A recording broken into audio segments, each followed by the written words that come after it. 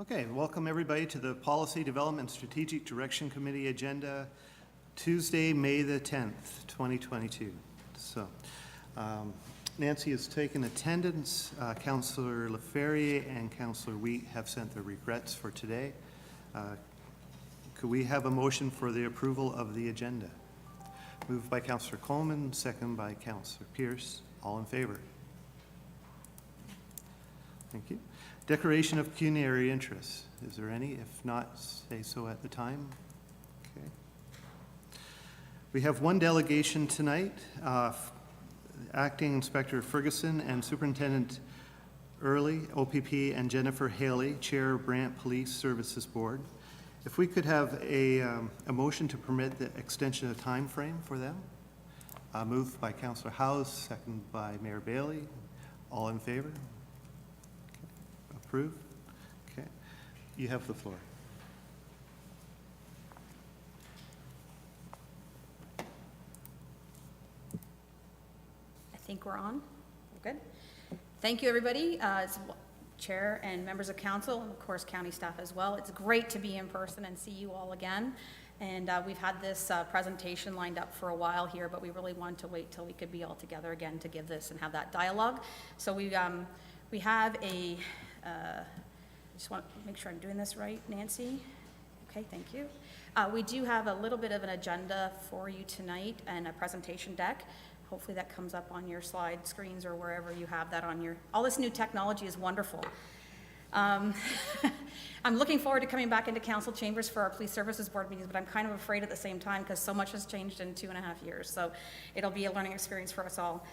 Tonight we're here on behalf of the Police Services Board, and also, of course, Inspector Ferguson and Superintendent Earley are joining us. But this is really an opportunity for the Police Services Board to connect with you as council. You're an important stakeholder to us, and it's important that we have that open collaboration and dialogue between the two groups. I wanted to say thank you for making time on the agenda tonight. I know this is new to all of us, so we do appreciate that. I also want to say thanks quickly to Councillor Pierce and Mayor Bailey as the representatives on the Police Services Board for their great discussions and input, and also support for myself and Vice Chair Brown and Member Verhey for learning the ropes and understanding things and understanding the issues from that perspective. So it's been great. We've worked through COVID online like you folks have. We've done some great work. I also want to say thank you off the top for your support of the challenge coin. I did bring a couple here tonight if you wanted to see what they look like. They look beautiful, fantastic, and we've only awarded one so far, and that was to Acting Staff Sergeant Gutenberg, who has now left the detachment to go back to his home detachment, but he was instrumental obviously in the project, so we felt it was important that he got the first coin. And then together with Inspector Ferguson, we're going to be rolling out the distribution of the coins to the different members and civilians within the detachment, so we're looking forward to that great opportunity as well. So tonight, we just wanted to connect with you, understand some of the issues that you're having or that you'd like to talk about. We have a presentation deck from Inspector Ferguson. As a Police Services Board, we've been very strategic with communication priorities. As you may have noticed, we've been working to engage with our community, whether that's through the community safety groups, the community safety plan, different things that we've been working on. Of course, within OPP, within the community, we've had some excellent relationship building and very collaborative. So I think it's important that we acknowledge the collaborations that we've been able to develop. And I know there's always this, our role as PSB in terms of the oversight. You can have good relationships with OPP and still advocate for the needs of the community. And so that's really been our goal, is how do we work through that process. And of course, obviously, the ultimate goal is to ensure that the policing in our community is reflective of the community's needs. Another priority that we've also been working collaboratively on with the OPP is really about the communications piece. And I know, Councillor Howes, you were talking a little bit about that earlier before the meeting about getting things out there for the communication, so social media, all those things. We wanted to really ramp up what is being done in the community on the social media side. So you will have seen over the past 2 years quite a significant increase in the social media presence of the OPP Brant group and all the activities that they're doing, the breadth and depth of all the different things that they're doing, good and bad, in terms of what's happening in the community. That was really a discussion that we've had at Police Services Board, and really why was that important. So that was something that we've really worked hard on. So I'm going to ask in a moment here Inspector Ferguson. She's going to go over some of the initiatives that we've been working on and that OPP's been working on. I also want to, I guess, convey the fact that we've been working really hard as a Police Service Board to understand the issues, the needs of the community, and also the resources of OPP that are available to us so that we can really maximize output for everybody. And that's really been our goal along all this path. There is going to be hopefully some time for questions and discussion at the end. But I would also encourage you that if you do have, this isn't tonight a stats report, you get the detachment commander report in your monthly packages. So this really isn't going to be a stats summary of anything. This is more of an engagement opportunity for us with you as an important stakeholder. So if you do have specific questions or you have specific issues that you want to deal with, I would either encourage you to direct them directly to the Police Services Board or through Councillor Pierce or Mayor Bailey as your representatives to Police Service Board. We can discuss them at any time at the meetings. We really wanted to have this meeting be an open opportunity for that collaboration. So I just wanted to, if we run out of time, feel free to at any time to forward that through to PSB and we can then deal with that. So without further ado, before we get to Inspector Ferguson, I'd like to call on Superintendent Dana Earley, and she's here tonight. I think it's important from West Region that we realize and understand the resources that we have available to us within the OPP through Superintendent Earley, but also through the entire West Region and obviously the entire organization. I've had the pleasure of working with Superintendent Earley over the past several months.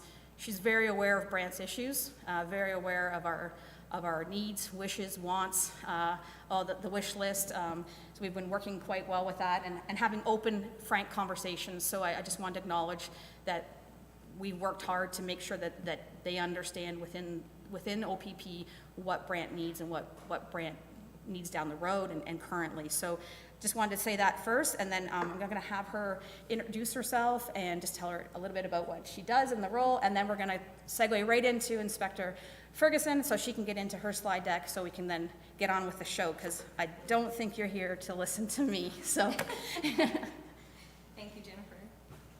Good evening, everyone. I'd like to thank everybody for including us this evening. My name is Dana Earley. I've been with the OPP for 28 years. I've been very fortunate to work all across the province, but with the majority of my career being here in West Region. I've held multiple different roles. I have been obviously a frontline constable. I was a shift sergeant for a number of years, a detachment manager. I was a detachment commander, as Angela is here in Brant. I was fortunate enough to be a crisis negotiator for more than half of my career, and then that led me to also being a critical incident commander. So that's a commander that goes out with our tactical response units when we have critical incidents such as hostage takings or barricades. So I have been extremely fortunate to have a wide variety of experience, and I bring that to you today because I bring that to Brant now. The experiences that I've had and the knowledge that I've gained through all the different roles that I've taken on, I now bring that to Brant. In the past year, I was promoted to superintendent. So as a superintendent, I am responsible for supporting 4 different detachments, obviously Brant being one of them. And my key role, just kind of sum it up, is to make sure that Brant has what they need to provide the best policing for the county. So whether that means resources in regards to staffing or proper training, fleet, equipment. So that falls on me to make sure that Brant County is getting exactly what it needs. I do think it's important that as a council you understand that yes, the face of the detachment is Ange and the members that are there, but there is a team of people behind the detachment that is here to support you as well. I do want to applaud you as a council and let you know that as a county you should be very proud of your police service board. As Jennifer said, we've been able to work together. Your police service board is very involved with the detachment, and it has provided a great impact. When I go to my detachment visits and I have members bragging about the board and all they do for themselves, like for the community and the members and the staff, that's something to be very, very proud of. So I want to personally thank the board while I'm here for all their support. It's much appreciated. So I will stay for the presentation. If there's any questions after, I would be happy to field some of them. But now I'd like to pass it on to Inspector Ferguson for exciting things happening at Brant Detachment. Thank you. Good evening, everyone, and thank you for having me back in Brant. I'm very excited to be here with all of you and see some familiar faces in person again, so thank you very much. I just wanted to talk about some of the great things that we're doing over at the detachment, but I first wanted to start with the brand new beautiful detachment that we have. So I look around the room, and some of you were very influential in helping us get moved into this detachment, and that decade-long vision came to life in the fall of 2020 when the officers packed up Mechanic Street and we headed over to Bethel and relocated to that new building. The new building brought with it many fantastic things. Wonderful, the morale that it increased in our members to have such a beautiful facility. The officers and civilians now have the space and the tools to do their job effectively. And this fascinating building took over just a year to build, but it equips us certainly with 20,000 square feet of space, movable and workable space that we certainly did not have before.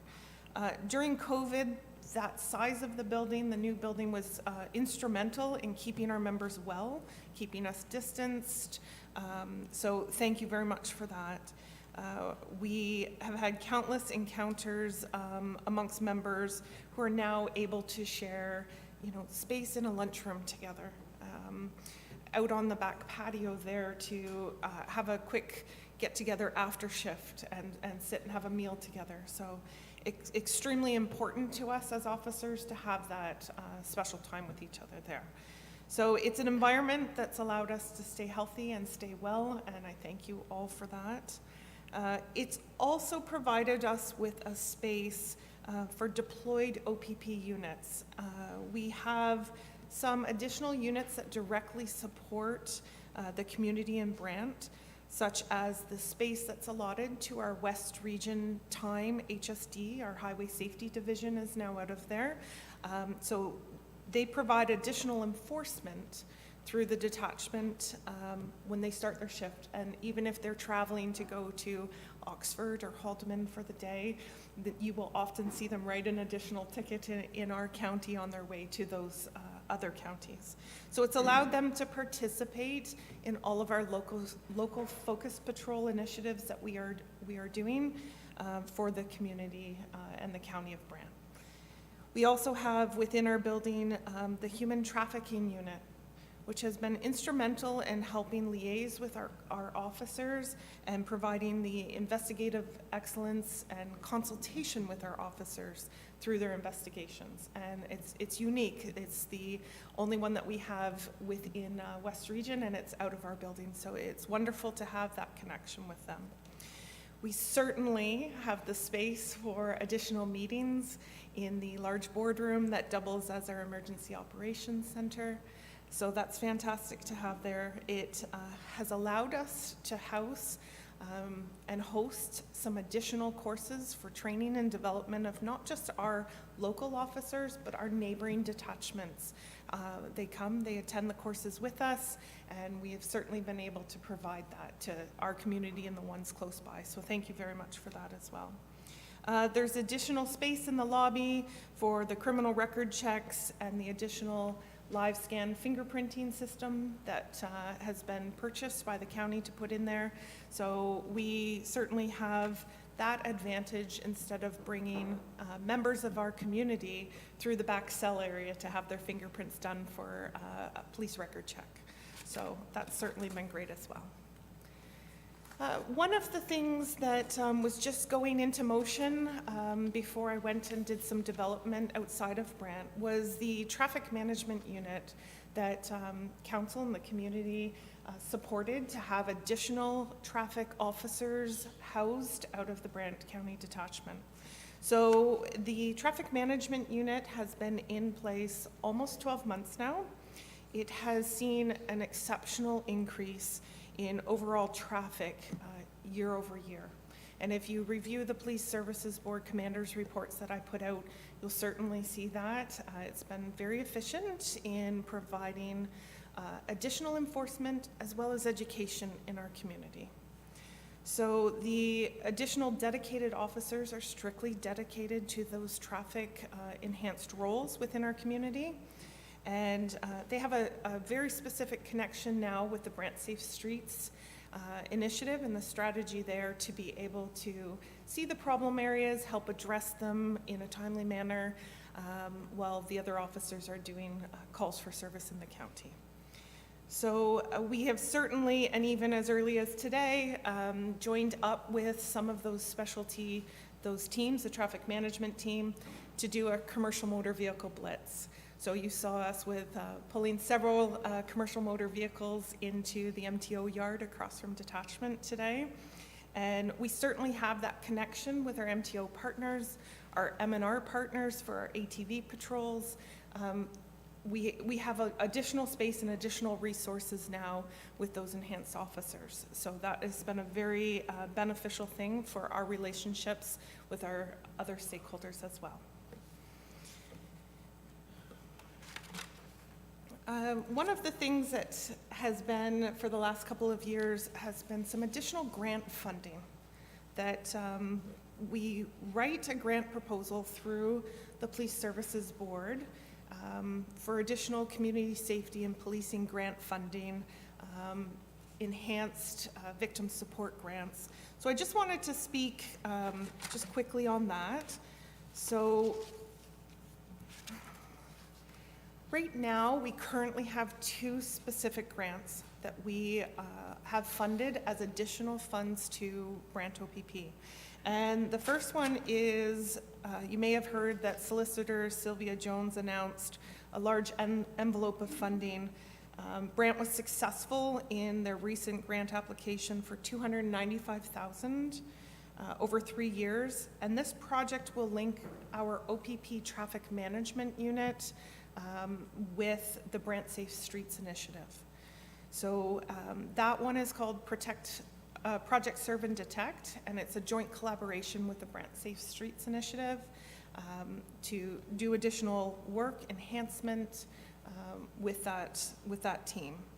The other one that we have funding for is the Victim Support Grant, and it's $104,000 over a 2-year period. And it's to support intimate partner violence and human trafficking.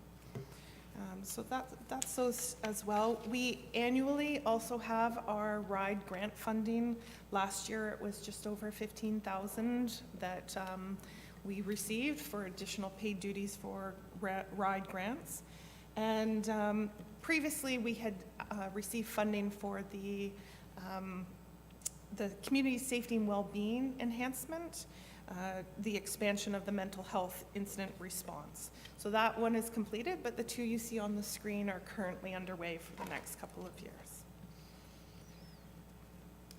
So also housed within our detachment are external resources. So we're very pleased to support one of our mental health crisis mobile response members there. Eva is a lovely woman who attends calls for service, crisis mental health calls for service, and supports follow-up mental health calls within our community. Our victim services is now part-time in our detachment, and certainly the best part has been the introduction of Eddie the dog, who comes in to support the use of trauma-related interviewing. So we utilize Eddie in that capacity as well. The biggest piece, I think, for me, and coming back to Brant was the communication and the engagement that we have with our Police Services Board. They've worked diligently to open the lines of communication with our officers, with myself, my management team, and my team out of London. They've attended and hosted barbecues for us. They attend auxiliary meetings. They had a pizza night evening with us to get to know the members. They participate in our community safety group meetings, our old community policing meetings. They take every opportunity to pop by, say hello, or ride out with our officers. So they're very engaged. They have an understanding of what our members are going through on a day-to-day basis. A representative from the Police Services Board always ensures that they join me for presentations to the new recruits when they come to our community, as well as any special service medals or any recognition. So I can safely say that in speaking to my other colleagues, I am very spoiled in Brant County to have the engagement of the Police Services Board that I do, and certainly as well as council and supporting our initiatives in the community. So I will turn this back over to Chair Haley here. Okay, so we've come hopefully to the end of our slide deck, but you know, the path forward together, what does that look like? And I guess that's some of the feedback we're looking from you folks at some point, not necessarily tonight, but when you have some discussion or an opportunity to discuss further. What additional communications would you like from the Police Services Board? What additional vehicles or opportunities would you like to see this presentation more regularly, at a different frequency? You know, this is kind of the first time out of the gate, so we're certainly welcome to any kind of feedback that you would give us, what you'd like to see. And you know, anything you can give us, that would be great, through Councillor Pierce or through Mayor Bailey or directly to the Police Services Board. That would be wonderful. If there's additional collaborations that you'd like us to consider or community issues, certainly please forward them along. And I think at the end of the day, we all have a shared vision and goal in mind, right? We want the best for Brant, for the County of Brant, and how do we ensure that our citizens are safe, our businesses are safe, how do we maximize the resources that come out of the OPP, abundantly aware that there's a cost to doing that for you at council, and then our role at Police Services Board in terms of the oversight and the work that we do. So understanding our roles and responsibilities, certainly, but at the end of the day, we all have that shared vision and those shared goals. And so, and I do believe we have, Chair McAlpine, I'm not sure if we have time for a few questions or not, but we have some time for questions tonight if you'd like, and then we can go from there. Councillor Howes. Well, thank you, Mr. Chair, through you to our guests. Thank you for the presentation. It's always appreciated. Likewise, we really appreciate some of the new initiatives that are happening, the traffic management unit, the social media work that you've been doing in the last year or so. When the people of our community see a picture of a car with an illegal muffler that's been taken on Grand River Street North with a little story about with the hashtag noisemakers or noise stoppers or whatever it was, that really helps us because speeders, loud mufflers, and non-local trucks going through Paris particularly are still the things that we hear a lot about from our constituents. So these initiatives that you're doing, and I know that there have been some inventive initiatives over this term. I remember maybe two in it pre-COVID anyway. There was an officer pulling over trucks up on Grand River Street North towards the high school and actually handing out hand-drawn maps of where the trucks are supposed to go, which led to us creating a truck brochure with a map. There was another officer, I remember, stopped they're at the crosswalk right here in downtown Paris on her lunch hour while she had a thing of soup in one hand, climbed up on a rig to talk to a truck driver to say, why are you driving through downtown Paris? And we really appreciate those initiatives, which leads to my question, that part especially. We do still have problems with non-local trucks going through downtown Paris. I think part of the problem is they punch in a GPS, and the GPS just takes them the most direct route. And I'm just wondering, with your connections with other law enforcement agencies, are there any other steps that we can do, aside from the extra investment in the traffic management unit and the focus patrols that we always appreciate? Are there other things that we can do to help to mitigate these issues? I can speak to that because of my experience in some of the different areas within the region. So I will bring you back to the local truck convoy that was happening in the city of Windsor. We obviously were assisting them at certain points, and during that convoy we had to restrict traffic. We actually partnered with, when I say we, it was the city of Windsor, so that's why I throw it at council today.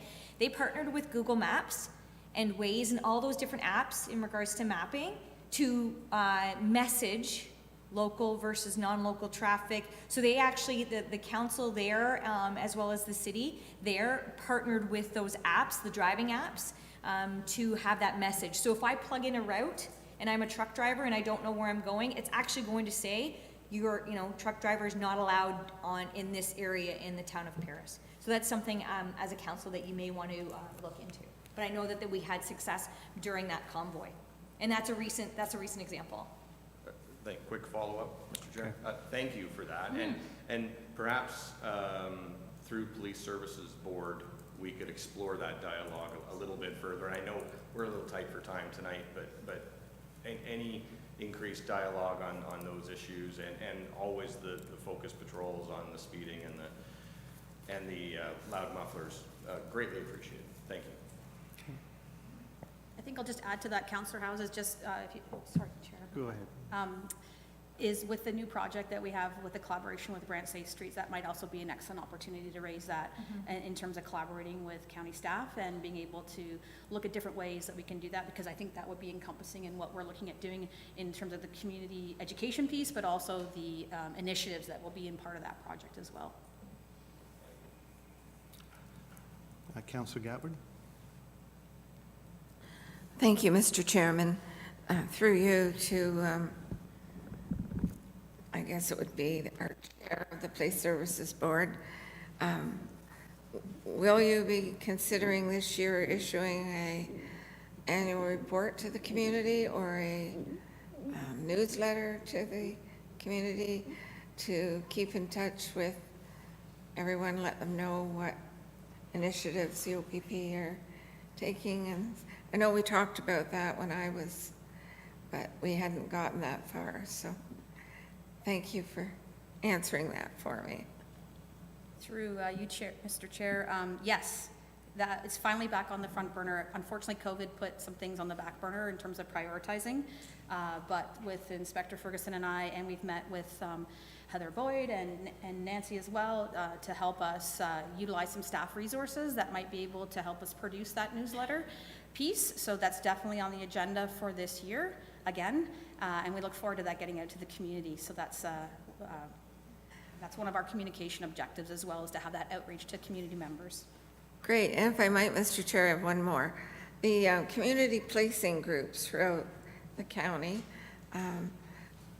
Inspector Anderson and the Police Services Board were ramping those up when COVID hit, and we had a pretty good group together in St. George, South Dumfries area, and there's some in Paris, but the Brant East one was fizzling, and then they met down in Onondaga, and the Onondaga Hall was full that night, and I thought people had signed up. Is that community policing group for Brant East going, or what's happening with that? And I think there's interest in Mount Pleasant, but. Through you, Mr. Chair, I think we have a two-part answer to this question. So there's two active community safety groups. They're no longer called the community policing group, they're community safety groups. So we have one in Paris, and we have Brant North, which is St. George Glen Morris. Those are the two active groups. We're certainly open and encouraging of other communities to do the same. There were, you're correct, the town hall meetings pre-COVID, and I know the plan was to get back into the town hall meetings and to get the feedback from the community and whatnot, but I will pass the baton now to Inspector Ferguson to talk about that piece. Thank you. Yes, through you, Mr. Chair. We certainly are welcoming more individuals to participate in the community safety groups. They were renamed to be in line with the Community Safety and Wellbeing Plan. And certainly, if there's anybody interested in the community safety groups, certainly contact the detachment. Our media officer, Conrad Vitalis, is heading those up to help us out to participate in all the areas within our county. Great, thank you. Councillor Chambers, you had a question? Thank you, Mr. Chairman. My question's a little bit different, and perhaps the officers can comment on this. If you look at the demographics, our population is aging, and many seniors are aging in place. And many of our seniors who live alone, perhaps, or with their aging partner, are susceptible to various types of fraud. We read about on the internet the seniors that are not up to speed on internet but like to do it and are vulnerable, I think, through lack of knowledge about fraud. Every other day I get a telephone call from somebody wanting something about something that I know that it's a fraud and you can't seem to do anything about it, but sometimes seniors, and I'm getting to be a senior myself, so maybe I'm going to be worried about this. And that, along with more so in the rural areas where people live on a concession road, seniors and their neighbors are not close, and they're easy prey, perhaps. So I'm just wondering if you can comment on what Brant County is doing and can do to protect our vulnerable seniors in the rural areas and the urban areas with various types of fraud and bad things that can happen. Through you, Mr. Chairman. Thank you for that question. Our community mobilization officer, PC Murphy, does a lot of work with our mental health clinician that you saw me show that picture of earlier, and as well as our identified officer who works in the schools primarily. They both are engaged with our community groups and our aging population. When it comes to any meetings that they have, they will participate. We have a fraud booklet, so we have some material that is not electronic, recognizing that there are different avenues to reach other members of our community. But now with the Canesville having a community center and COVID sort of opening things up, you will see more of our mobilization team out at functions to help support those questions. And just to follow up, if I could, and just a suggestion with some of our seniors, and again, I'm from a rural area, and I'm thinking I know a lot of people in the rural areas that my mother, who's recently passed away, but she lived by herself, and I can tell you that if a police cruiser stopped by and drove in and the officer got out and said hello and how you doing and what's happening in the neighborhood, she would probably give him a cup of tea and talk to him for half an hour if they had the time to listen to her. And I'm just suggesting that community policing with our seniors population is something that the resource is there. They know a lot about what's going on, and they'll tell you a lot, and they'll never tell you unless they're asked. But so just a suggestion. Engage with our seniors in the isolated areas, and they'll help you keep their eyes on. They got nothing better to do than look at the concession roads and look for people that are up to no good, perhaps. But just a suggestion. Councillor Mill, oh, go ahead. A follow-up to that question also is through the community safety and well-being plan, Youth and seniors is also a priority area, as you know, and I believe Emily is working on a number of action items within that plan that I'm sure you'll see shortly that has identified those issues, Councillor Chambers, and I think you'll see some of those things come out, and those are some excellent opportunities for collaboration between the county and OPP as well in the future as well.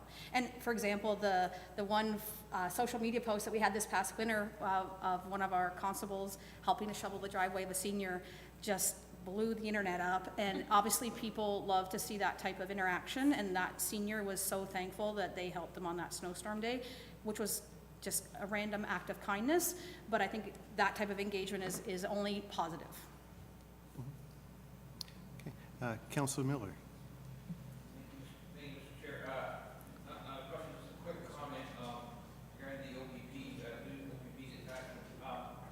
I guess if you look out the window before they shut the blind, you'll see there's no going back. So, but the inspector, and I appreciate you telling us the comments tonight. That's the first real feedback I've gotten on how the building built. And I also appreciate the fact that you recognize that there was a lot of work for well over 10 years trying to get that building built. So glad to hear it, and yeah, I hope you guys are there for many, many years. Thank you for sharing that.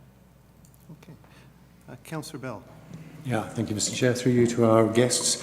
I think police, probably like councillors, get judged on some single issues. If you don't get the solution to the single issue that the particular resident wants, everything you do is wrong. And of course, that's not true. But I recall probably a couple of years ago, there was a survey of the safe towns, or the towns in Ontario, and Brant came up pretty high on that list. Do we have any updates on that survey? Because I think we should share good news equally as well as more difficult news. Through you, Mr. Chairman, I do recall that that was the McLeans, and we were certainly in the top 10 of the prettiest towns that are in Ontario. I do not have a McLean's update on that. I don't have any other statistics that I'm aware of quite yet. If you have them, please share them with me, but I don't know them. If I may, Mr. Chair, we are absolutely one of the prettiest towns, but we're also one of the safest towns. And I just think it's important to get people to see the broader picture, because everybody thinks about speeding on the road just outside of their house. And if you don't solve that problem, everything you do is not good. But that nothing further from the truth than that. And I think if we can just share with people how safe they are fundamentally here and relative to other parts of the province, I think that would be a really positive message. Thank you. Through you, Mr. Chair, if I may. I appreciate that feedback, as you can well imagine. Sometimes people just see the negative. So if you do follow our Facebook and our Twitter page, I'm going to give a shout out right now to, and actually every Saturday, we have what's called a Saturday shout out. And that's where our region celebrates good news stories. So every Saturday we post a new one. Usually they're about certain members and something they've achieved or a call that they went to, shoveling the driveway. That was one Saturday morning, that officer shoveling the driveway, that was celebrated. So if you could follow or pass those along, it just gives the community a different perspective of other things that we do on the job. So I appreciate you bringing that up. Okay. Just one last question, I guess, for Councillor Gatward, and then we'll... Thank you, and it's more of a comment. Councillor Chambers' comments about seniors are really important, and there's a lot of them that are isolated and live alone. And I thought I read in the Police Services Board minutes where the community officer had done a fraud presentation to one of the local seniors groups in Brant County. And I can't remember which seniors group, whether it was Paris or who, or maybe it was one of the community policing groups that I'm thinking of. But I thought, well, that's a great idea, because those people go and tell 10 more people and the word spreads. And I appreciate those opportunities. And there's Burford Seniors Group. I don't know if they're meeting, but there's also a Scott Oak Seniors Group, and of course, a Paris Seniors Group. I don't know if South Dumfries has one. Mayor Bailey, do you know? No, we're too young to have one. Anyway, I just wanted to mention that point, that they do try and get the word out about fraud, because some of them are so crazy. I can't believe I had one that was unbelievable. Anyway. You want us to wrap up then? I guess, thank you. We'll just do a little bit of a wrap-up here. We talked a lot about community safety and well-being tonight. One of the other initiatives I think that our OPP is working diligently on, and of course through the direction of PSB, is community safety is a shared responsibility. It's not just up to the OPP to keep people safe. It's up to us as citizens as well to do our part proactively. I know we deal with a lot on social media. I know in my community, it's all about car break-ins and what's happening, and it's happening unfortunately in every jurisdiction in the province. But we also need to be proactive. Unfortunately, Brant County is not what it used to be. We're growing, we're changing. We need to be proactive as well in terms of locking our cars, taking valuables out of our cars, all those types of things, which our community safety groups are advocating as well through their channels. But I guess, want to make sure that we all have that shared responsibility and that we all collaborate and work together moving forward in the future. So we'll wrap it up. We know we have an agenda for the rest of the evening, but if there's anything that you'd like us to consider or any questions or at any time, please feel free to forward them to the Police Service Board. And I'm sure between Inspector Ferguson and ourselves, we'll be able to proactively work on that with you. Thank you, Chair. Well, thank you very much for your presentation. It was very well received and appreciated. So, if we could have a motion to receive, moved by Mayor Bailey, seconded by Councillor Pierce. All in favor? Okay, motion passed. Could we have an adoption of the minutes from the previous meeting? Recommendation probably developed strategic direction committee minutes of March 8th, 2022 be approved. Moved by Councillor Miller, seconded by Councillor Bell. Any comments? Deletions? Okay. All in favor? Okay, pass. Business arising from the minutes. Is there anything? Okay, seeing none, we have no consent items, I believe, to be approved or received. That moves us on to committee reports. We have the Community Safety Wellbeing Plan Committee report from March 31st, 2022. Could we have it moved to be approved? Moved by Councillor Howes, seconded by Councillor Bell. All in favor? Okay, thank you. Passed. We have, moving on to staff reports, 9.1, RPT 22-101, Brant County's Safety and Wellbeing Plan, Evaluation Plan, E. O'Neill and C. J. Searson. Is that going to be on? Are they here to speak, or are they going to just do it online? Mr. Chair, I think we're here for questions, but I don't believe there's a presentation for the report. No, there's no presentation. Okay, so do we have some questions for them? All right. Okay, seconded by Councillor Howes. Okay, so is there any questions for the report? Councillor Miller. Yes, I have a question, and I'm trying to get an answer because I do have a full agenda. So my question is just about the people who produce the report, Emily O'Neill and Jane Searson. Are they both counted? Yes, they are. Yeah. Okay. So seeing no further questions, we have a mover, we have a seconder, all in favor? Okay, passed.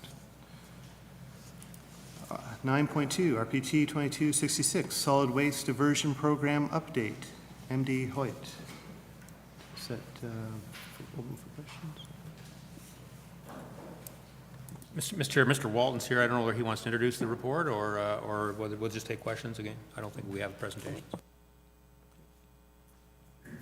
Chair and Council, it's a very important report. There's a laying out the roadmap here for the next 2 or 3 years in solid waste management. Through the internet, we have Matt on here too, who really would be the one to answer most of the questions on this, but if there are questions, we certainly can field them for you. see he's on the line. Do we have questions for him? Councillor Pierce and then Councillor Bell. I'll move the report to get it on the table, Mr. Chair. Okay, so moved by Councillor Pierce, second by Councillor Bell, and then followed up by questions. Councillor Bell?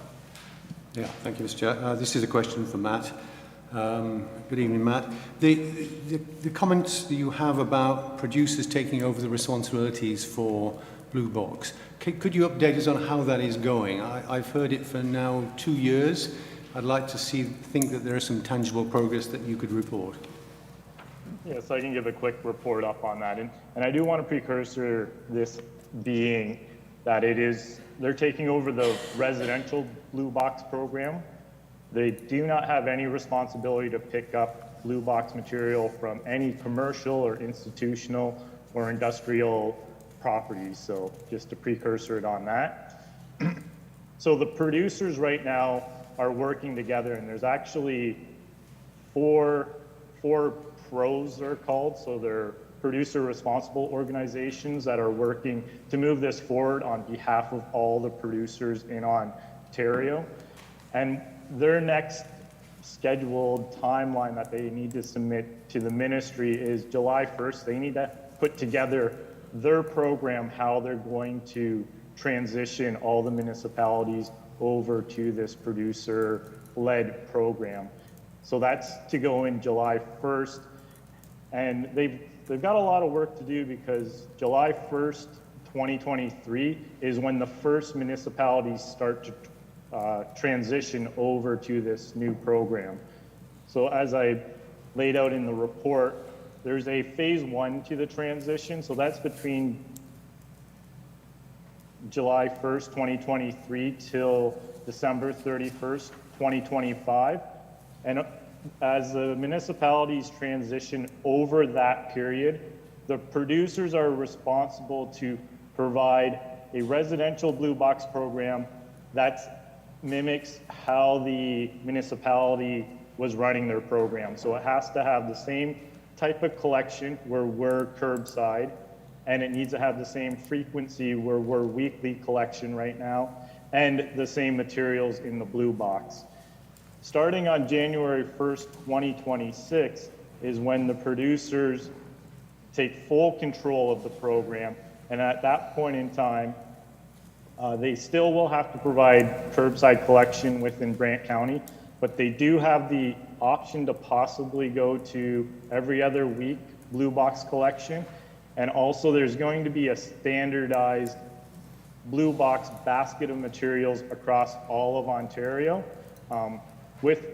Luckily for Brant County, all the materials we have in our current Blue Box program will still be accepted with the inclusion of some single-use plastic materials at that point in time. But they do have a lot of work to get moving on because of that January or July 1st, 2023 date. Thank you. Councillor Pierce. Thank you, Mr. Chair. Through you. In the report, when it talks about food and organic waste policy statement, there's a statement in there that says that once the county reaches a population of 50,000, a curbside collection of food and organics program is required at a target of 50%. And it goes on to say with the current population growth projected estimates in the county to reach a population of 50,000 in 2036. I'm thinking with where we are already and what's in the pipeline already, we're going to reach 50,000 long before 2036. So I'm curious, is that going to potentially move that up? Is that something we're going to revisit? Because that kind of struck me with the date parameter in there. So yeah, with regards to the projections that were utilized there, that was from one of the planning documents we have, I believe the one that's currently used for the new OP. But yes, if we do have a quicker population increase, it will move up that timeline. But right now, that is still only a policy statement. There have not been any regulations developed that is binding, I guess, for municipalities right now. I think, again, due to COVID and also with the Blue Box transition program, the ministry hasn't really moved that initiative forward at this point in time. Okay. Follow up if I could, Mr. Chair. I'm just curious, they haven't moved it forward this time. Is there rumblings that, that's going to broaden further? Because I know it states in there, I know Kitchener-Waterloo does it, and there's several in the area that do the organic waste pickup. I'm just curious, what are the rumblings out there? Is it something the province is looking at pushing through? I haven't heard any rumblings through AMO. I'm probably sitting in webinars with them almost on a monthly basis right now, but it's really solely focused on this blue box transition at this time. Okay, thanks, Matt. Appreciate that. Mike, would you like to make a comment? Yeah, through you, Mr. Chair, I can also add, though, the city of Brantford, they have 50,000 people, obviously, and so they're obviously closer. And at the staff level, we have had some discussions with them about partnering with them, because obviously the more material they can collect, the more economically feasible it'll be for their community and for us as well. So you'll recall last year there was an exchange of letters between myself and the city CAO that was circulated to the councils, and we had a list of areas we were looking into. Waste management, organics was one of them, and we've had some recent discussions, and they're starting to do some of their initial pilot work, and we've indicated we want to be part of that, and they've said, yeah, we totally appreciate that, and they are interested in having us along with that. So I think those discussions at staff level will mature, and then I'm sure something will be coming to council in a reasonable time frame. So because they are moving fairly quickly. So. Thank you. Okay. Councillor Gatward.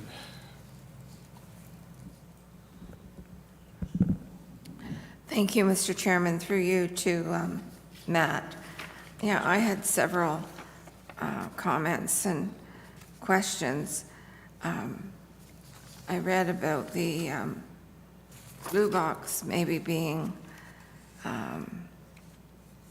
bi-weekly, and I thought, I agreed with your comments, the concern that people won't collect more than 3 boxes of blue recycling materials, and then they'll just start pitching them in the garbage. So I think even though the producers are going to collect the stuff, it should be weekly. Otherwise, they're defeating the whole purpose. And I'm glad that staff are going to have discussions with the producers and report back to council on that. On page 46, or 6 of 9 of your report, Matt, they talk about the propane tanks and that the county will no longer accept those, they have to create drop-off locations across the province. I have concern about that because if there isn't one close, I think people will, if they don't take them when they go to the landfill, they could end up, in my opinion, getting thrown in the ditch somewhere, and our public works roads crews will end up picking them up. But hopefully these drop-off locations will be not in Hamilton or Cambridge, because people just won't drive there to get rid of that type of material. The other thing, there was some suggestions on page 8 and 9 about future solid waste collection contract considerations. And I know the last time we tried to do one-sided collection in rural areas, it didn't turn out so well. I'd never had so many phone calls about a single issue, and I believe my ward mate got many as well. People didn't have space to put their blue box on the opposite side of the road for whatever reason. They were ending up in ditches and fields, and people were complaining.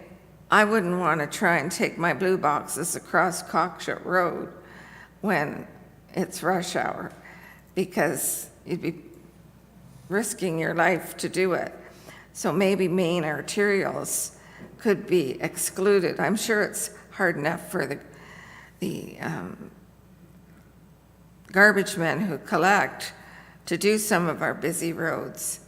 So I think that one-sided collection in rural areas has to be looked at very carefully.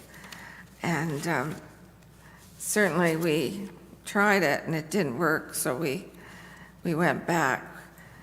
And those are pretty well all my comments, Mr. Chairman. Thank you. Do we have any other questions? Okay. Well, we have a mover and a seconder, so we'll call the vote. All in favor? Okay. Any opposed? Seeing none, it's passed. Okay. 9.3, Paris Water Wastewater Servicing Allocation Policy. Rob Walton and Pam Dusling. We have a recommendation. Do we have a mover? Moved by Councillor Miller, seconded by Councillor Howes. And would you like to talk to it?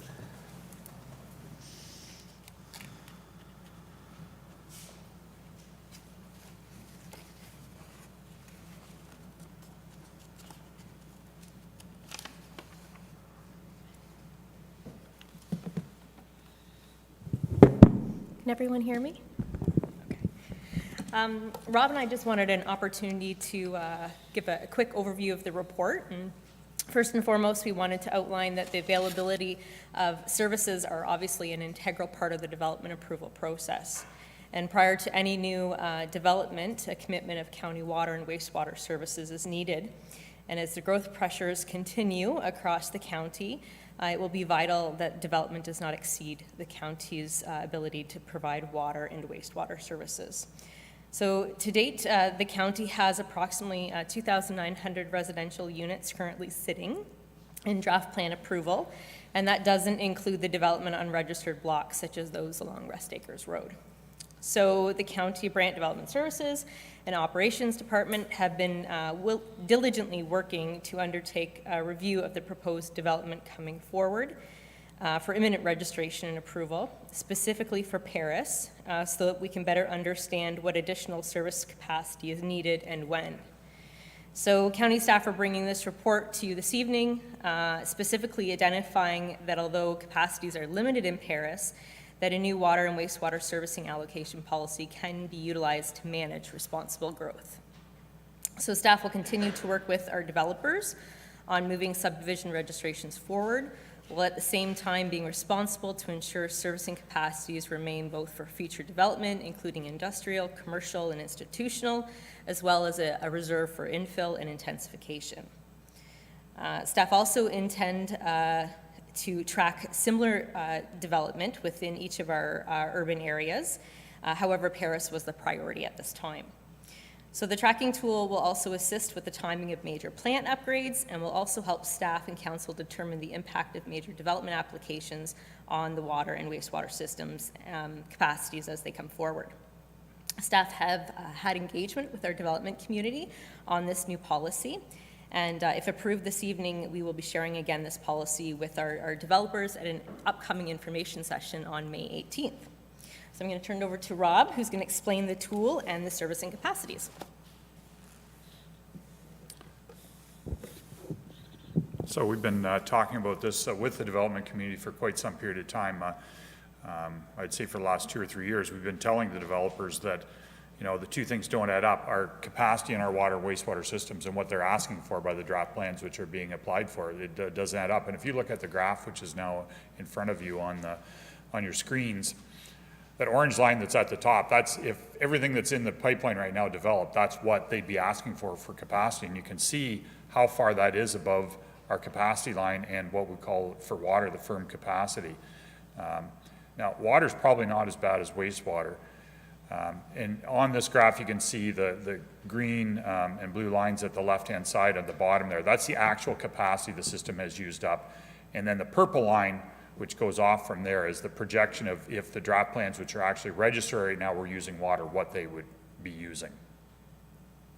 Nancy, you just flip up to the next figure there for wastewater. Wastewater is actually more tenuous right now. Some of those lines are crossing over where we don't want them to cross over, and that's where we really have the issues. So what we're telling the development community right now, and have been for the last 6-8 months of the development meetings, and as you can see, the audience isn't full of developers here tonight, so they must have gotten the message or are accepting it, is that we'll let them do the registration in size phases up to 100 units.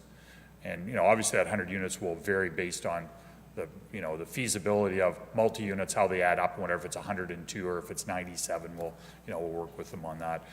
And, you know, hopefully in Paris, that gets us through to, 2028-ish, where we should have the new wastewater treatment plant upgrades done. How development's going to happen over the next 6 years, we really don't know. You know, is the economy going to go as it is? Is our housing prices and inflation and interest rates going to change this? We really don't know right now, right? So, but this will allow us to be nimble on our feet and start to make changes. If we're getting too close to the capacities, we're going to have to alter what we're doing with that. So I think that that's pretty much what we want to talk about, and we're certainly here to answer any questions. Thank you, Mr. Chair, through you. Thank you for this. This looks to me like a very important tool, a very necessary and fundamental tool to help justify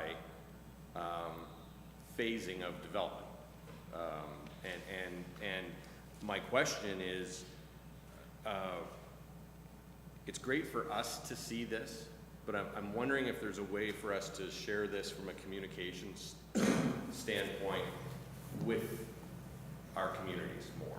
Like there are perceptions and misconceptions within our population of how soon the wastewater treatment plant is going to hit tilt, and particularly that one. And there's always concern about how much. How much is our water supply affected by all these houses, Golf Course, Nith Peninsula, et cetera, et cetera. So that's a concern, but the bigger concern is the wastewater treatment plant. And I'm just wondering, is it possible for us to rejig this into something that's a little more community friendly, to make a clear visual to say, here's the reality of it. Here's the worst case scenario. Here's the best case scenario. Is that something that we can work with our communications department to do? I think Councillor Howe's the quick answer is yes, of course. We've kind of been thinking as staff in preparation for this evening what may help tell the story of development and kind of where it's going, specifically in Paris. And Matt Vaughn is joining us for Zoom this evening, and I'll maybe turn it over to him to share a map of the Paris area and where that development is occurring right now, where the applications are, and what this phased 100-unit approach might look like. And I think we could work with our communications area on that story. Thank you very much, Pam. I'm just going to share my screen here, so just bear with me for just a moment. Let me know when you can see it, please.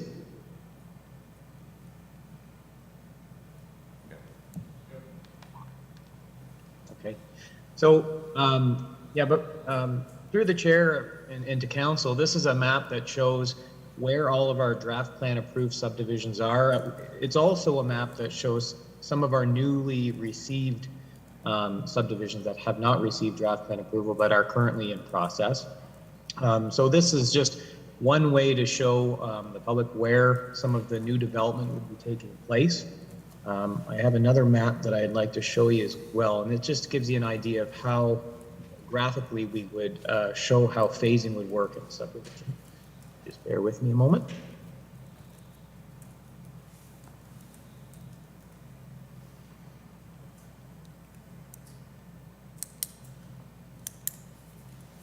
Okay, so this is another map. This is an example of Arlington Meadows. Would be a little more helpful, I suppose, if it was color coded. But this is an example of what they had submitted at the beginning of their subdivision process, where they had proposed different phases. And it's just kind of an idea to show how each phase within a development could be developed in sequential order. And a lot of the time it's based on where services are coming from or where traffic flows would be going. It also has to do with a lot of the engineering aspects of the site as well, stormwater management and that sort of thing. So that's just another graphic that we could share. And like Pam said, would be no problem to put something together with our communications folks, and we could communicate this out to the public, and we could use social media, we could use our website. There's a few different tools that we could use. And as Pam also mentioned earlier, we would also share this with our development industry. And if council were to support this, then that's something that we would probably do next week. Just a quick follow-up, Mr. Chair. Thank you for that, Matt, and everyone. Just to be clear, though, I'd like to see us translate this into something that's easily absorbed and you know, especially recognizing that the average person, including me, doesn't necessarily know the difference between firm capacity and system capacity. And so if there's just a way for us to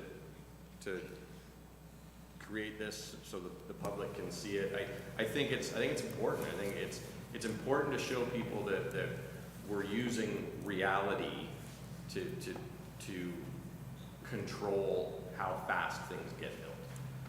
So anything you can do is appreciated. Thank you. Michael? Through you, Mr. Chair, I'm certainly, I think our technical staff and our communications team can get together and develop a layperson's rendition of this. I think that's a great idea. We can easily get on that. Okay. Councillor Pierce. Thank you, Mr. Chair, through you, and I wholeheartedly support that, because I think that message needs to get out to the public, because Councillor Howes is correct. It's something we hear on a daily basis.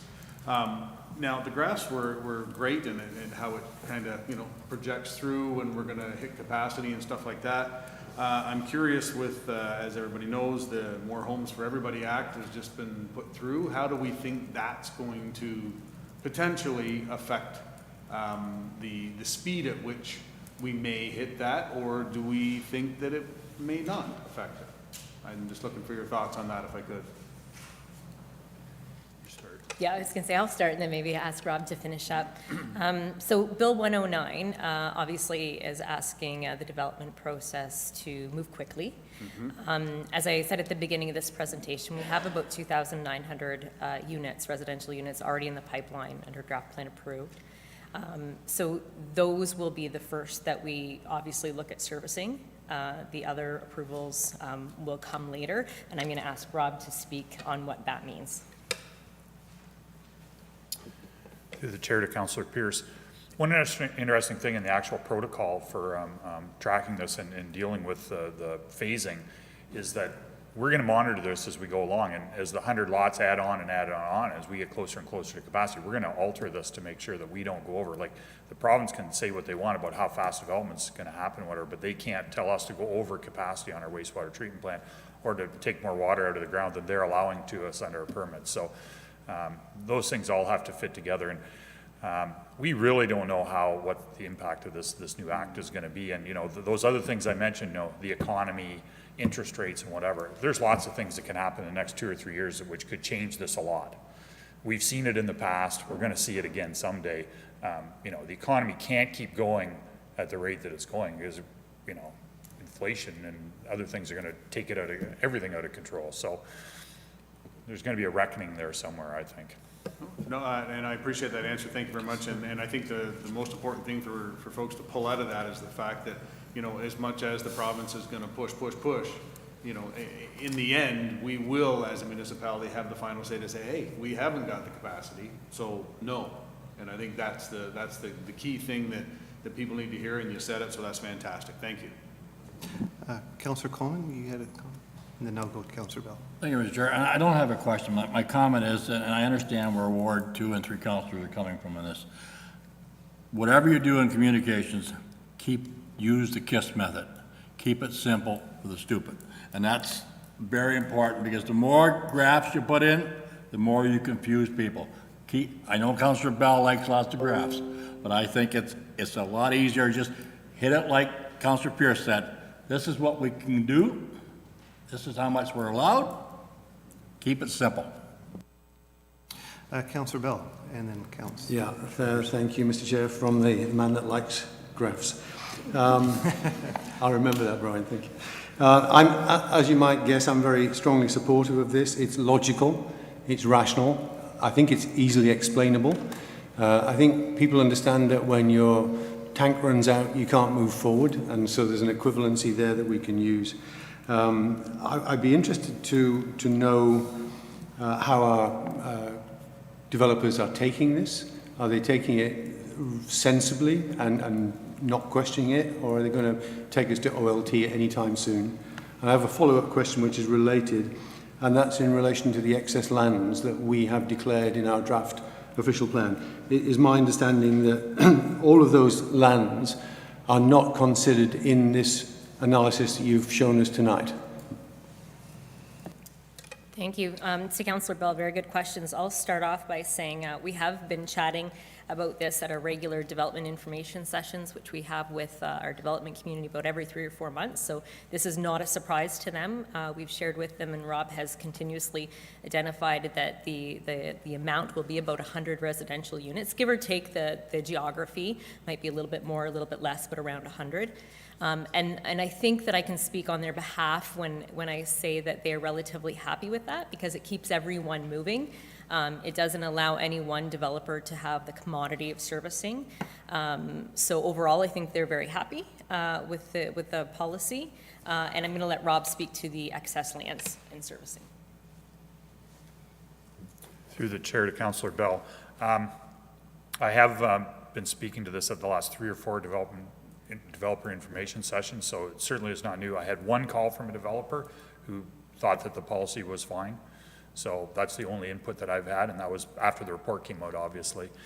When we do that tracking tool on the graph, there's actually more to it that we didn't put in the report. Like, all of the developments are listed. So we've got a very complicated spreadsheet which has a page in it that has all the development listed there. And I believe that all the development is listed there. I'm not sure where the properties, the excess lands, where they actually fit into that. I'd have to confirm that, but I easily could if I brought it up, but I just don't have it in front of me. Certainly, if it's in there and adds into that total, which is way higher than, it's not a high percentage of that that would put it up to there. So it's still way above the MECP guidelines for flows. Do put that line up way above the capacity. Now, it's unlikely that we'll ever see that amount of flow come to reality from all those developments, because the industrial commercial, clearly with what we're getting in industrial commercial, it isn't near as high flows as what the range could be. But yes, that's all I can say now. Thanks. Yeah, thank you. What a follow-up, if I may, Mr. Chair. Could we as the council see the translation of this into the pace of development of some of the major sites? I think Matt showed the example of the Granville site, but could you translate it also into what the time frame will look like for the Nith Peninsula, for the Paris Grand development? It is a question I get asked often. How quickly is this going? When will it be built out? And I think this analysis will tell the story pretty readily. Through to you, Councillor Bell, that's a challenging question to answer, because it really depends how quickly each developer will want to move forward. Some may move further along than others quickly. Some may have challenges in other areas or focus on other developments before they move forward. So that's a hard one to answer. I can say again that with 100 units, I think you'll see development happen throughout Paris and not, again, in one area. I think with the exception of Nith, Rob, and if you can help me out on that one, I think that they've gotten some approvals for the first 200 units. And there's also some OLT decisions that may quantify certain units. But other than that, and I see Matt's popped up on the screen too, so he may have some additional information to share in terms of mapping. Rob, did you? So for the 2 subdivisions that you talked about, Actually, Paris Grand, the OLT decision on it, actually, their first phase is 125 residential units or equivalent units, and then 100 afterwards. So it sort of fits into the policy anyways. For Nith Peninsula, they actually, with their first phase, were a bit ahead of this, and their first phase is around 200 units, and then after that, they'll be 100 units each after that. And they certainly, we've told them that was discussed. And the other one that comes to note is Paris Meadows, down by the Brant Sports Complex. And they are registering in units of 100, but in a little bit different format than what we had, because they, again, with their registration, which has already happened, we worked with them in a way that we could phase in, so they're doing it in 3 phases, their residential. So mostly with what's coming up, it's already in the pipe, and we've sort of melded it to match this, and then anything coming up now after this will fit the 100 units. Thank you. Okay. So any further questions? Councillor Miller and then Councillor Chambers. Okay. I just want to say, this is a really good report, and the timing is fantastic. We obviously all know that the process, but we feel some pressure for development, and so listening to the rhetoric coming out of the provincial election, I think there's going to be more pressure once this is all wrapped up. So if we got something like this in our tool chest, or tool belt, I think it's a good thing. Just a quick question on affordable housing development. Would this impact, say, a Trillium Way or no impact there? It seems to have really good affordable housing, the 105 see this impact. So the example of Trillium Way is a draft plan approved subdivision the way that Matt has shown on the map. It is under a site plan application process, but this policy allows for infill and intensification, whether it be affordable housing or other forms of housing within the urban boundary. So it accounts for all of that. Councillor Chambers. Thanks, John. I'm just through you. I'm just wondering if Rob or Pam might just comment a little bit on the priorities of industrial, commercial, as it relates to residential, that kind of prioritization. Yeah, absolutely. To Councillor Chambers, we have also included industrial, institutional uses within the policy. And it's a living document. This policy and mapping the operations have created with their consultant is a living document, and it will be looked at often by both departments, and that will give us a good indication as new industrial or commercial applications come forward to know what servicing we have and how that fits in with how development in the DPAs are moving forward. So it will encompass it all. Okay. Do we have any other questions? Okay, seeing none. We have a mover, we have a seconder, all in favor? Okay, any opposed? Seeing none, passed. Thank you very much for your report. 9.4, RPT 22-142, Giant Hogweed Mitigation Strategy. Michael Bradley, we have a recommendation. Do we have a mover for the recommendation? Moved by Councillor Pierce, seconded by Councillor Coleman. Michael, would you like to speak to this? Mr. Chair, I'm happy to answer any questions on the report. Okay. Do we have any questions on the report? Okay. So we've been moved, seconded, all in favor? Okay. It's unanimous, passed. 9.5, RPT 22-139, draft new official plans status update, Jennifer Boyer. We do have a recommendation to be received as information. Do we have a mover and a seconder? Moved by Councillor Bell, seconded by Mayor Bailey. Any questions for Jennifer Boyer? She is on the line. Okay, Councillor Bell, then Councillor House. Yeah, go ahead, Councillor Bell. Thank you, Mr. Chair. Through you to Jennifer. I have a big question, which I think you've partially answered in the report, but I'd be looking for you to expand a little bit, and that is, why don't we simply approve our OP right now?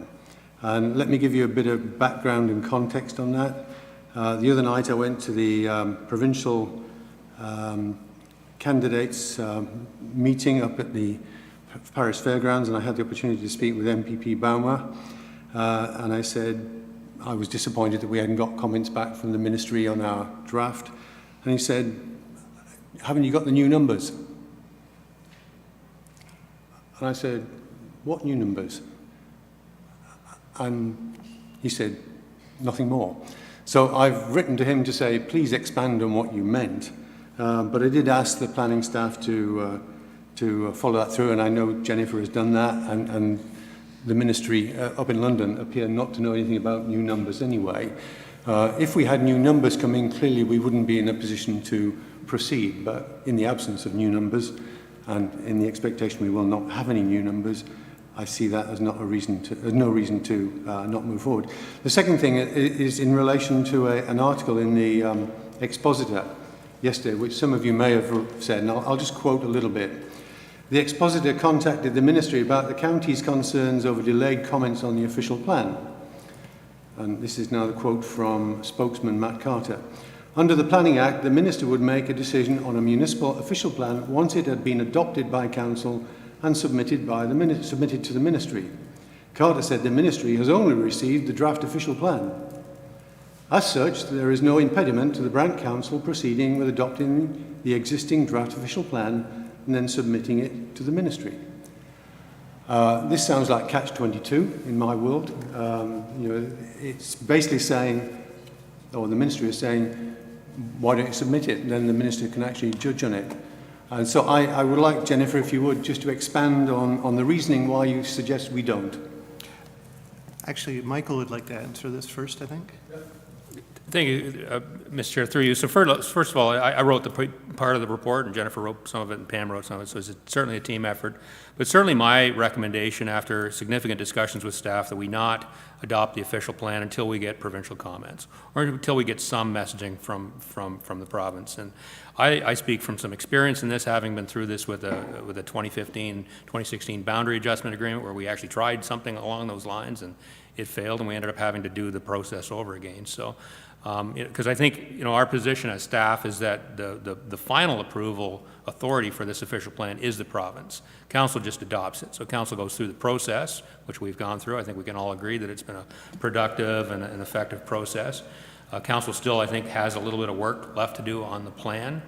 But until we receive comments from the province, I think we would be deluding ourselves to expect that the province would approve that plan if we haven't really responded to their commentary. The fact that we haven't got that commentary, I think, is a frustration for all of us, and it's been noted in this room, and certainly we've noted it to our colleagues at the province, and I think we've communicated that upwards to the ministry officials. But at the same point, I think we have to realize the province is in a complex state right now. It has had 2 more waves of a pandemic over the last few months, so it's complicated times, and maybe this is not a priority for them. So we are optimistic we will eventually receive comments from the province, and that we can provide and we can address those comments. I didn't say we would meet those or change the document to those comments, but we can certainly try to address them reasonably, and then submit an official plan to the province that would meet the commentary we get back from the province. So Jennifer may want to add to that, but that's I think where I wanted to start the answer to that question. That at the staff level, as a group, we believe that our best option right now is patience, and I think some expectation that once the political atmosphere in the province is rectified through the provincial election, we would anticipate receiving comments back, at which point then we can make some changes to the plan. We've got a few other initiatives underway around rural lands. We have had some discussions about non-residential lands, which we're going to have further discussions tonight, and then we can finalize the plan, adopt it, and put it off to the province. Jennifer may want to add to that. Thank you. Jennifer, you want to comment? Good evening, everyone, and thanks, Michael, and through the chair to Councillor Bell. Just a couple things in answering some of Councillor Bell's questions. I did get back to Councillor Bell in terms of what MPP Bama could have meant in terms of have you seen the new numbers. I've had 2 discussions with MMH in the last week. Pam and I met with them actually this afternoon. They have confirmed there's absolutely no new numbers. We believe MPP Bama could have meant a change to the growth forecasting numbers. Schedule 3. At this point, there is no change to the growth forecasting or the growth plan at this time. In fact, staff, it says it's not even on the table right now. He could have meant some density numbers because missing middle and gentle density, that's one of the policy proposals through Bill 109. But again, there's absolutely nothing that would be a growth plan amendment, provincial plan amendment, so nothing at this time. In terms of the ministry statement that was received through the media, I just want to reiterate to the state, the county has not received anything in writing from the province. That statement through the media, we have not received from the province. We've received verbal indication from ministry staff out of London, who are our reps, and they're the file keepers, as we call them. But we've not received anything from the province in that regard. And also, Pam and I know we've worked on several official plans in our career. The one window process to receive comments by the province through the official plan review process is a normal process. You always get comments. And Pam and I know sometimes these comments pick on grammar and spelling. Sometimes they're 10, 50, 100 pages long of comments. They take ministries all over, they consolidate them, and then they give feedback. The ministry reiterated that it's the only time the province gets to look at our municipal comprehensive review. Otherwise, we submit everything in final to them. So it's always important to get feedback. The thing is, we know those comments exist. They were submitted from the ministry staff to the minister in November. Whether they issue them or not, ministry staff said there's no crystal ball of when that we will receive them, but the comments do exist. And the nice thing is I think I've told you all before, is we've gotten a lot of very positive feedback on our plan, and there's still a lot of work to do. We consider it a living document. As we talked about in December, there's still more changes that we have to make and lots of comments. We're still getting comments in from people. So I'll turn it over to anyone else who has any questions, or if Michael or Pam want to add anything to that. Would you like to add anything, Pam? Thank you, Chair McAlpine. The only thing that I would add to Michael and Jennifer's comments is that now through the new legislation, there is an opportunity for the province that they have the ability to refer the adopted new official plan for OLT decision.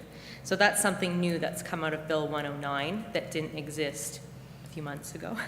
And so we could have some unanticipated, I guess, consequences with county's objectives to manage growth. So I just wanted to reiterate that point and also echo Michael's comments on having patience.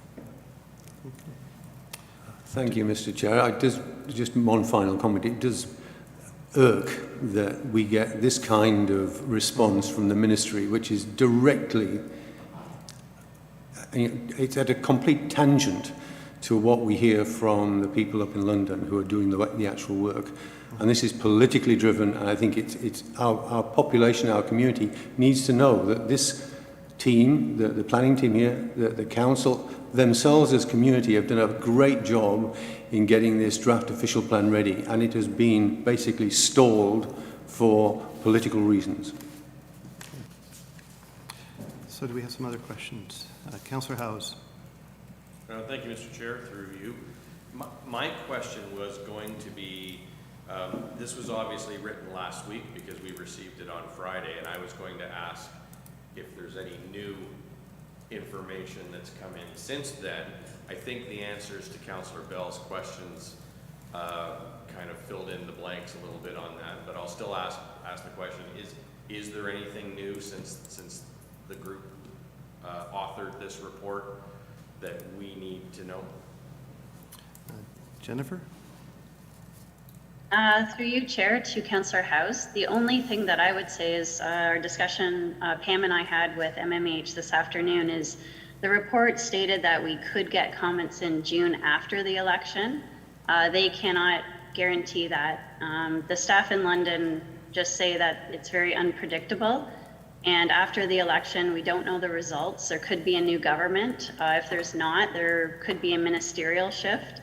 So it could be waiting time, but they say, unfortunately, they cannot predict the time frame at this point. Thank you. Councillor Chambers. Just through you, John, perhaps to Michael or Pam or Jennifer, since we're waiting in the meantime, is there anything we should be doing rather than expressing our frustrations and banging our head against the table and that kind of stuff? Is there anything productive that we should be doing in the time frame that is being put on us by the province? Michael? Through you, Mr. Chair, that's a good question. So one thing that we have done some work on, there were some concerns about rural lands and some rural land changes in the new official plan. We've had some further discussions about that. We do have some options. So if council wanted to do a little bit of work on the official plan in, pending the receipt of those comments, we could bring that forward. And council, we had thought about doing that this month, but then we're, given some of the dialogue that's been going on about the status of the plan, we've held off on that. So that's something we could certainly do in June. I think we're probably ready to bring that forward in June. I think that's probably the only things that we've identified, noting, I think, the biggest piece that we would be adjusting of the plan would be based on provincial comments. So it's one area that we'd be quite pleased to come forward and hopefully correct some of the concerns, and we believe we've got a good solution for that concerns. And just to follow up, Mr. Chairman, and I think that's exactly what we should be doing. I think Jennifer was the one that said it's a living document, and as soon as you approve it, it's already, the next day it's out of date and it has to be updated again. So it is a living document, so maybe we can do some things in the meantime. Okay. So we have some more questions? Okay, seeing nothing else, then we have a mover, seconder, all in favor. Okay, it's passed.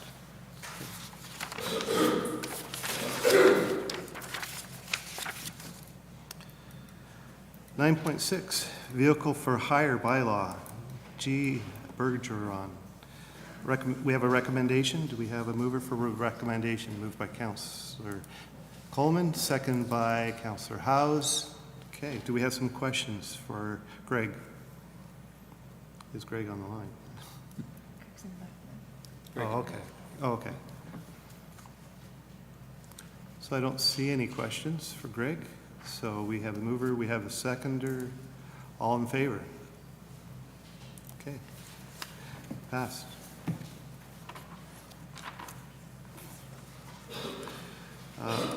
Do we have any communications? No communications. Chief Administration Officer's update. Michael? Thank you, Mr. Chair. I just wanted to touch on a couple things this evening. One thing is something that's quite important to what we do here at the county, but we don't speak much about because it mostly falls to Paramedic Services Committee, and that is paramedic services. So a couple weeks ago, myself, Chief Russ King, Deputy Chief Neil Vanderpost, Deputy Chief Kevin Robinson, and Deputy Chief Glenn Cunane, we sat down with the Ministry of Health for our exit interview for their annual or 3-year regular audit of the service. So it's probably the most important thing that happens in what I would call probably, and no apologies to our water department, but probably the most heavily regulated service that we engage in. And just a sample of how regulated that service is, it's regulated by the Ministry of Health. It's regulated by the Hamilton Health Services, a department they call CPER, which is the Center for Paramedic Education and Research, which is our base hospital structure that oversees our day-to-day operation of the service, as well as our own quality management system. So it is a very well-regulated service, but the audit is something that happens every 3 years. It is what I would suggest would be probably the most thorough audit of any service that we would certainly offer.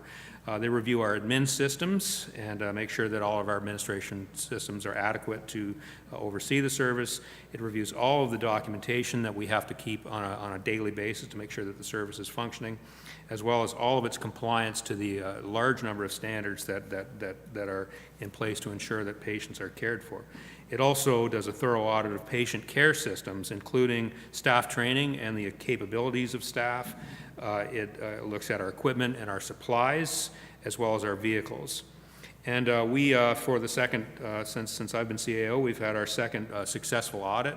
There was only two minor opportunities that were outlined by the auditor that we should be considering. Some minor documentation opportunities, which is basically some verbal checkoffs that happen for each shift to transition those into basically a paper trail checkoff system for some very minor activities. As well as they'd suggest that we should annualize our oxygen system calibration. Right now, it's a June to June kind of calibration approach, and they wanted to see it move to an annualized approach. They felt that would be more appropriate.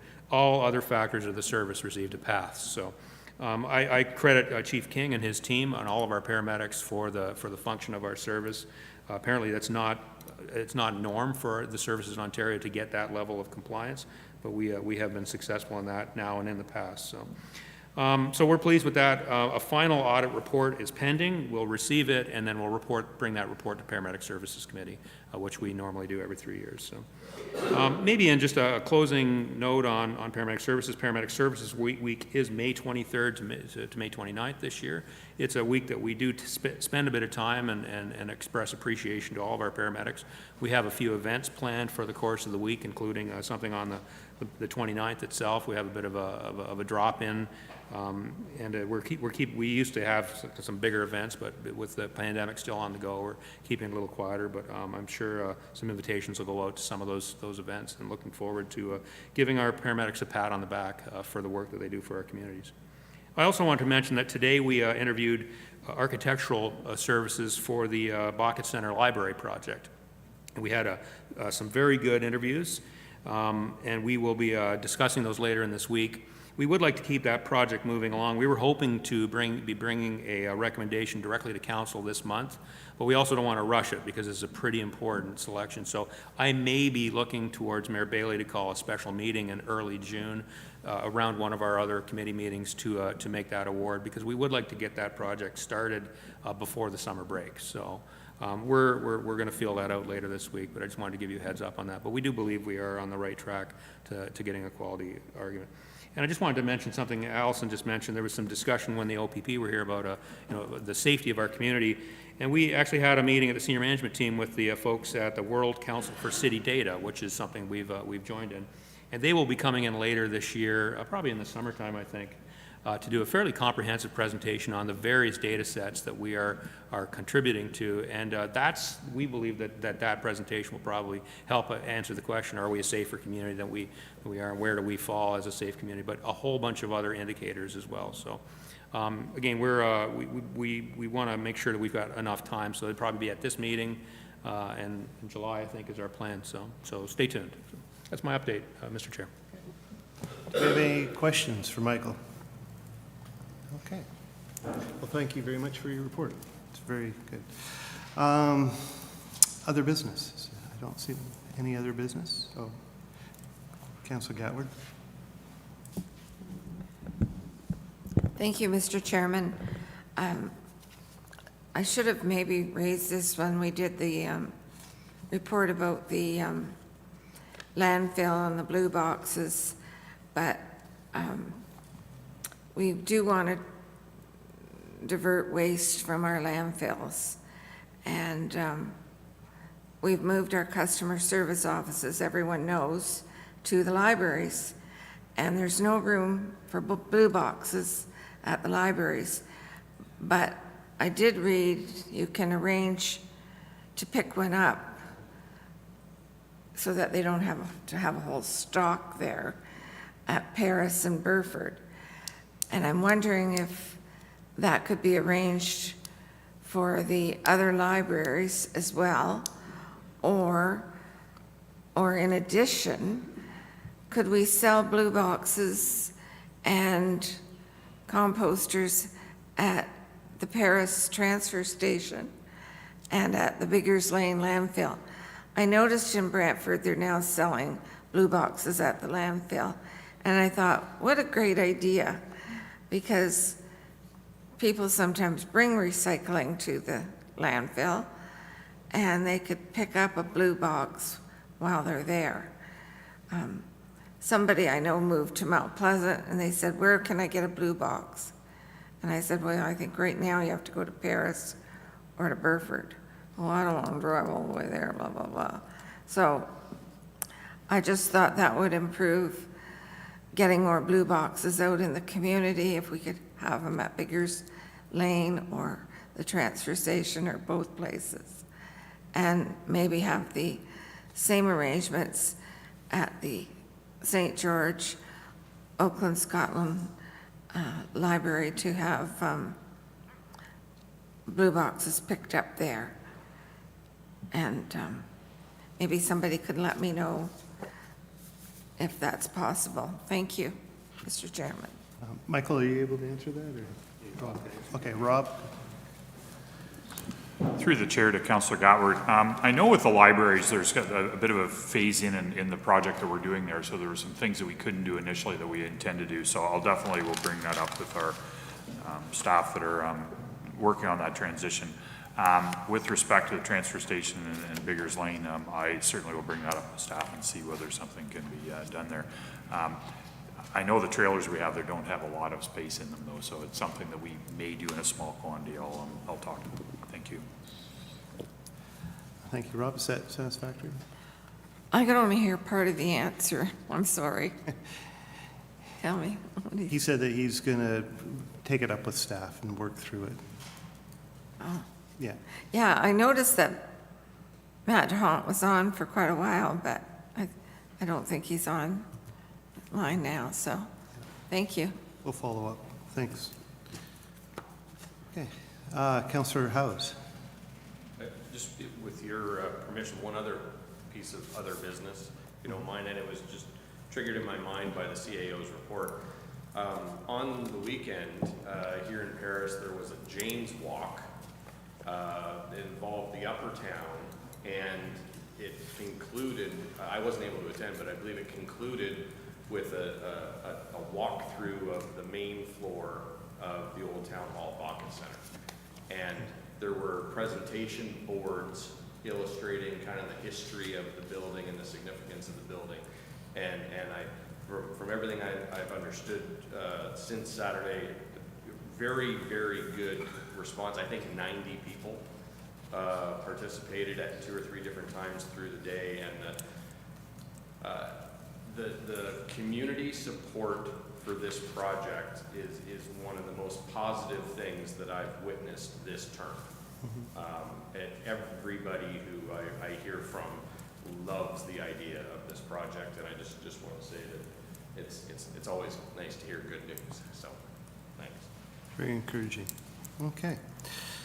So if there's nothing else, then we'll ask for a motion to move in camera. We have a moved by Councillor Howes, seconded by Mayor Bailey. And so if we can move in camera. Just take a vote if you want 1 second. All in favor? Yeah. Okay, pass. And then we'll just be a moment. Oh, a quick break.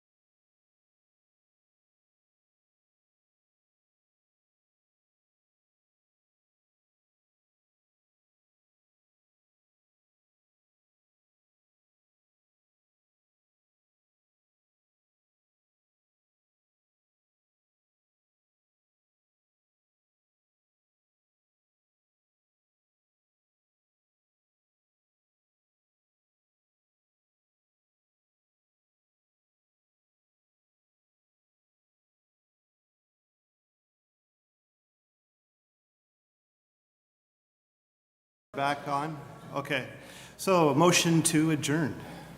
Okay, moved by Councillor Coleman. We are adjourned. Thanks.